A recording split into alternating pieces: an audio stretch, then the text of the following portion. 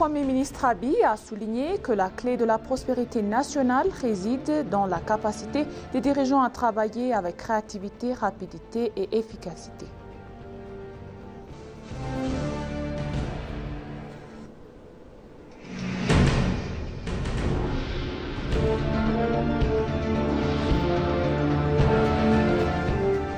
L'initiative de développement du corridor d'Addis Abeba contribue de manière significative au succès de la grande course d'Éthiopie, a indiqué son fondeur, l'athlète Haile Gebrselassie.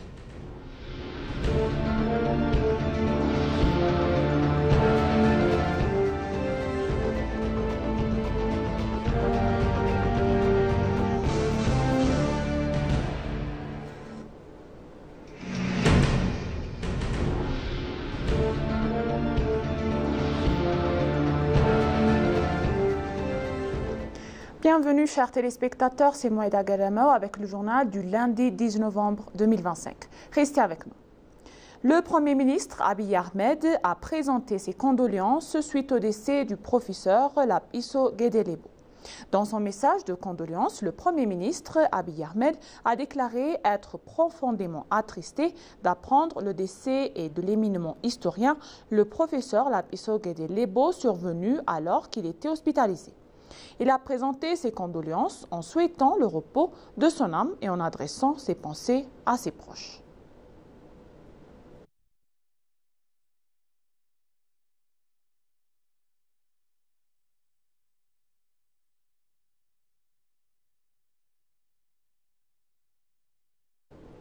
Le Premier ministre Abiy Ahmed et président du Parti de la Prospérité a souligné que la clé de la prospérité nationale réside dans la capacité des dirigeants à travailler avec créativité, rapidité et efficacité. Il s'est exprimé lors de la clôture d'une formation intensive de 12 jours organisée sous le thème « La productivité des secteurs de point de vue » du gouvernement Meddemel à l'intention des hauts responsables des administrations fédérales, régionales, zonales et municipales.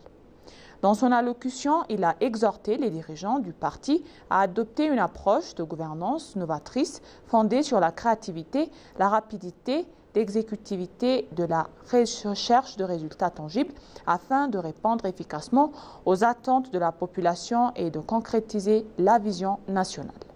Le Premier ministre Abiy Ahmed a également précisé les principaux objectifs du gouvernement Meddemel, parmi lesquels figurent l'amélioration des services sociaux, la mise en œuvre du programme des 5 millions de codes, le développement des corridors économiques, la réalisation de projets intergénérationnels, la réforme de la fonction publique et la simplification des processus électoraux. Il a affirmé que la souveraineté intellectuelle et idéologique représente le socle de toute prospérité véritable et que les dirigeants du Parti de la Prospérité doivent s'y engager pleinement.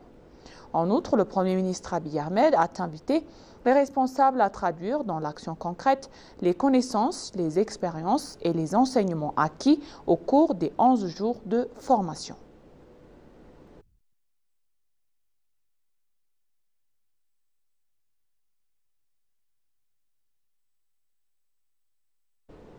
Dans une autre nouvelle, lors d'une visite de divers projets de développement dans la capitale, les membres du Parti de la Prospérité ont affirmé que le progrès remarquable observé à Addis Abeba constitue un modèle de croissance urbaine, durable et de transformation nationale.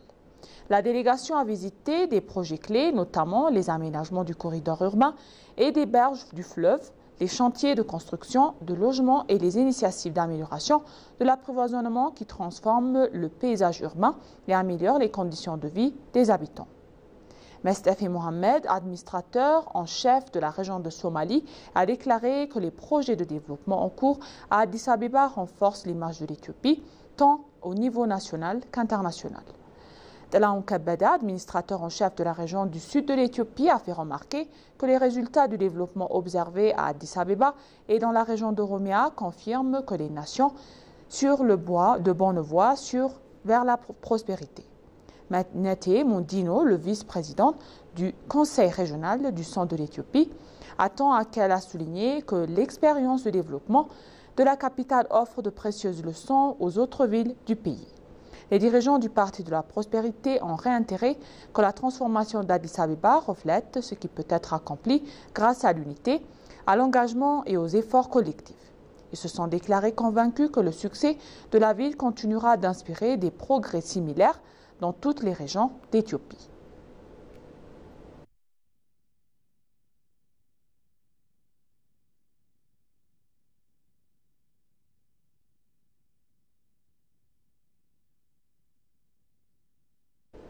Des habitants enthousiastes affirment que Gonder vit une véritable renaissance marquant l'entrée dans une nouvelle ère de développement où tradition et modernité s'unissent harmonieusement.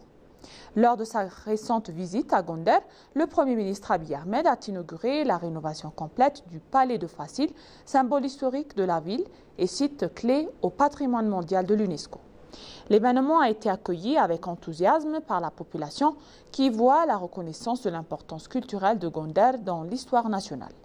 Merab Tau, un habitant de la ville, a salué la vision du Premier ministre, soulignant que ces projets redonnent à Gonder son statut de centre de civilisation et de l'art. Pour sa part, Admasé Damoz a insisté sur l'impact culturel de la restauration du site qui, selon lui, protège la mémoire collective de la ville et renforce le sentiment d'appartenance des habitants. Les habitants louent également la relance de projets d'infrastructures longtemps attendus tels que la route à asphalte de Azazo-Gonder et le développement du corridor urbain, essentiel à la mobilité, à la création d'emplois et la croissance touristique. Fessa Adane, notre résident, a noté que la ville est aujourd'hui plus belle, plus vivante et plus ouverte aux visiteurs.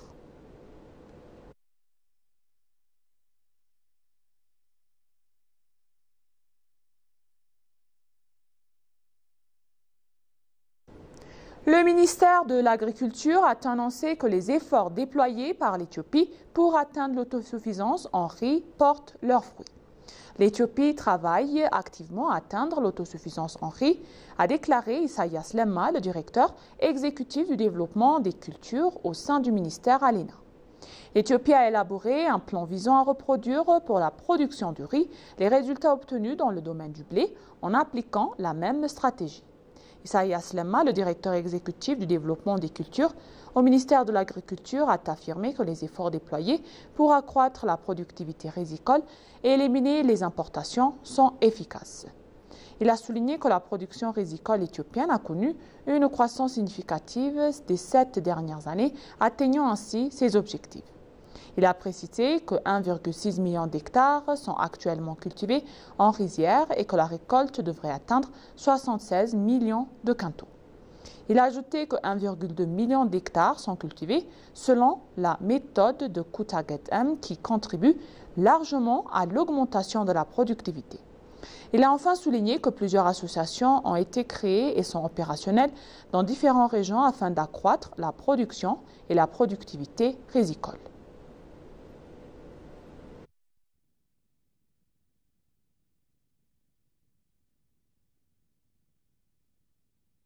L'action qui a été mise par le gouvernement sur le renforcement du développement minier est essentielle pour accélérer la croissance nationale et devrait être soutenue par la recherche et le développement, ont déclaré des chercheurs de l'Université des sciences et technologies d'Adama.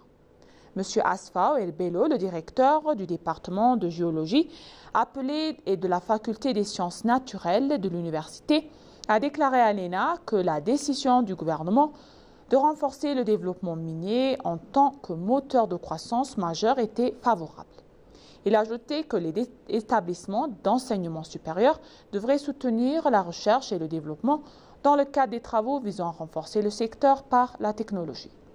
Il a souligné que le développement minier est un processus intrinsèquement complexe, sujet à des problèmes et que la recherche et le développement devraient être menés régulièrement pour les résoudre.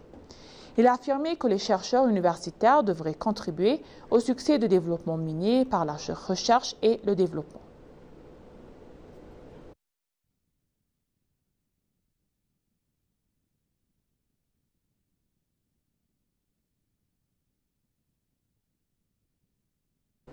Mohamed Ali Youssouf, le président de la Commission de l'Union africaine, appelle à une action internationale urgente de face à l'escalade à la crise du Mali.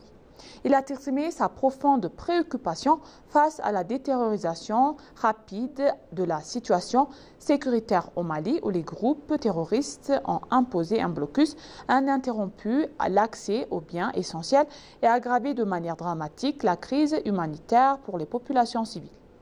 Le président de la Commission condamne fermement les attaques ciblant des civils innocents qui ont entraîné des pertes urbaines inacceptables et amplifié l'instabilité dans les zones affectées.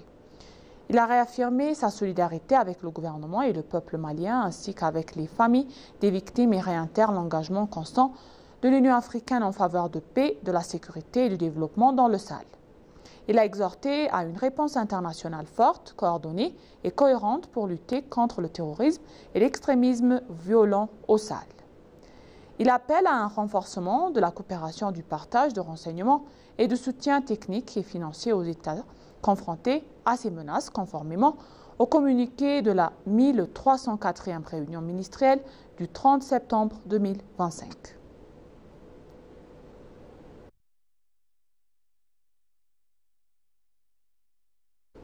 Pour conclure le journal donc, l'initiative du développement du corridor d'Addis Abeba contribue de manière significative au succès de la grande course d'Éthiopie, a indiqué son fondateur, l'athlète Haile Gebrselassie.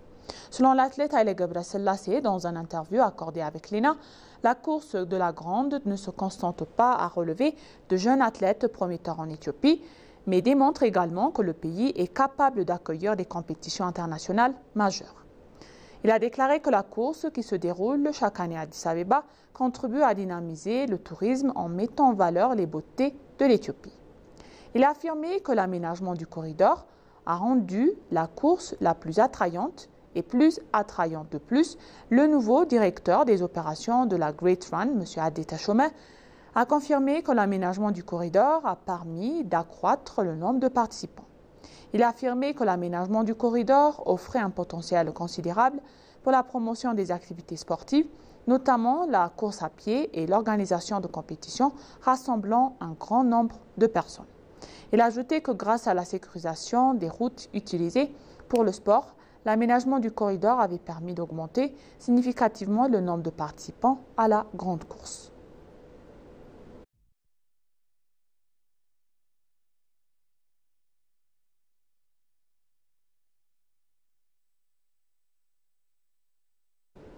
Et maintenant, chers téléspectateurs, je vous rappelle les titres principaux. Le Premier ministre Abiy Ahmed a présenté ses condoléances suite au décès du professeur Lapiso Gedele.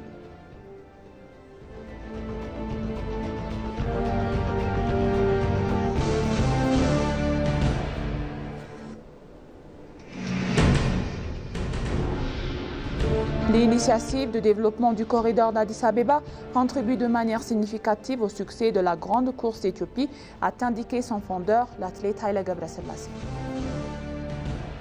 Merci chers téléspectateurs, ainsi s'achève le journal d'aujourd'hui. C'était moi Eda Galama et je vous souhaite une bonne journée.